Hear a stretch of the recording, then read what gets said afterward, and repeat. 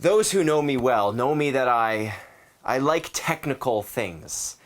Anyone who's stared underneath the desk at my office looks at the mess of cables under there and often goes, "Ugh, I don't understand any of that."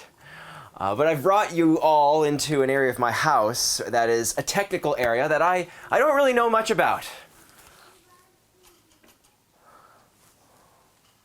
See, I may be technical in some areas, but the electrical panel, all that stuff, that's not in my wheelhouse. And I think Galatians chapter 3 is a lot like that.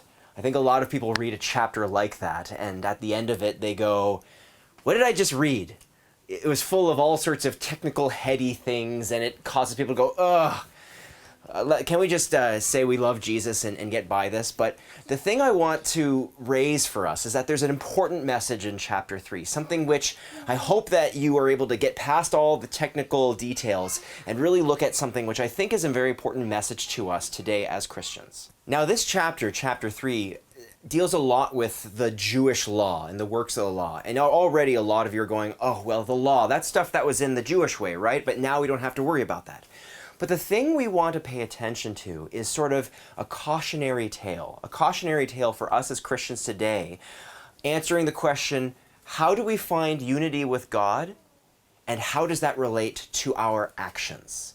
Now, as a quick recap, back in chapter 2, verse 12, Paul makes reference to the circumcision faction, which we often call the Judaizers. And the problem he had with them was not just that they misunderstood Christianity, but also that they misunderstood Judaism. You see, this faction thought that in order for Christians to be true Christians, they needed to become Jews. They needed to align themselves with the practices of the Jews.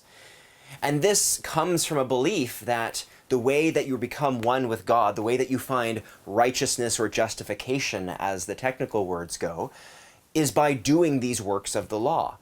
And Paul points out that that's a complete misunderstanding of the entire Old Testament itself. He says it plainly in verse 11.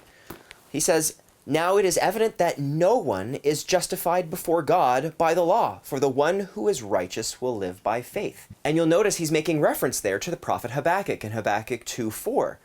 So even the prophets themselves recognize that righteousness didn't come from the law, it came through faith. Now, if any of the Jews or any of us are still unconvinced, we can go all the way back to the first prophet, the prophet Isaiah, and find in chapter 1 that he was making the argument that all these works of the law, they weren't actually even the point. If you go to Isaiah 1, verse 11, he says, "What to me is the multitude of your sacrifices, says the Lord. I have enough of burnt offerings of rams and the fat of fed beasts. I do not delight in the blood of bulls or in the lambs or the goats." He's basically saying all of these rituals that even he himself, God, put towards the Jews, he said, that really isn't the point. And even Jesus called out the Pharisees on this very point. In Matthew chapter 12, at the beginning of the chapter, the Pharisees are calling him out for plucking grain on the Sabbath, but Jesus points out to them that even David, the great King David, he kind of bent the rules in order to actually get to the heart of the rules. And he actually invokes another prophet, Hosea, at the very end of it. He says, "Learn what it means to desire mercy and not sacrifice." And what Jesus is referring to there is Hosea 6:6, "For I desire steadfast love and not sacrifice, the knowledge of God rather than burnt offerings." Jesus is basically saying the point of this from all the beginning was unity with God. Paul makes that argument in Galatians 3, where he says, from the beginning, Abraham was made righteous by his faith, not by his works of the law. And so one might ask, well, then what was the law for? And indeed, Paul takes that up in verse 19. He says, well, the law was basically just this temporary teacher, this way for people to kind of know about their sin, to be drawn towards God. But that wasn't about making people righteous. It wasn't about making people one with God. Righteousness was always given to people as a free gift of God's grace. So how is this applicable to us today? Well, we do the exact same thing. We take this truth that God has given us freedom from the law in Jesus, but we go in kind of one of two tracks. We either say, well, Jesus has set us free from the law, so that means I don't have to do anything, that God's gift of grace is free, and what I do doesn't matter at all.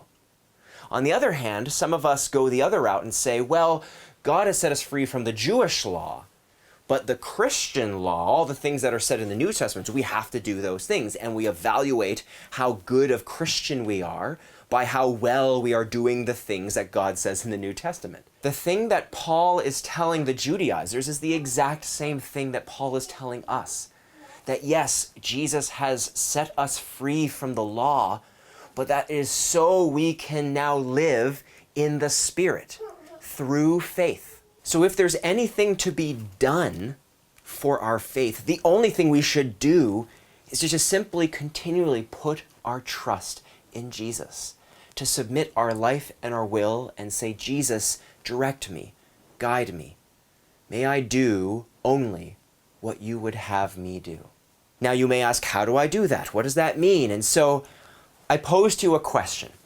If you had an hour to do Christian things, would it be better to spend that hour feeding the poor or sitting in silence praying to God? Now, how you respond to that question will reveal whether or not you understand the message of Galatians chapter 3. May you have a blessed week, and we'll see you next week.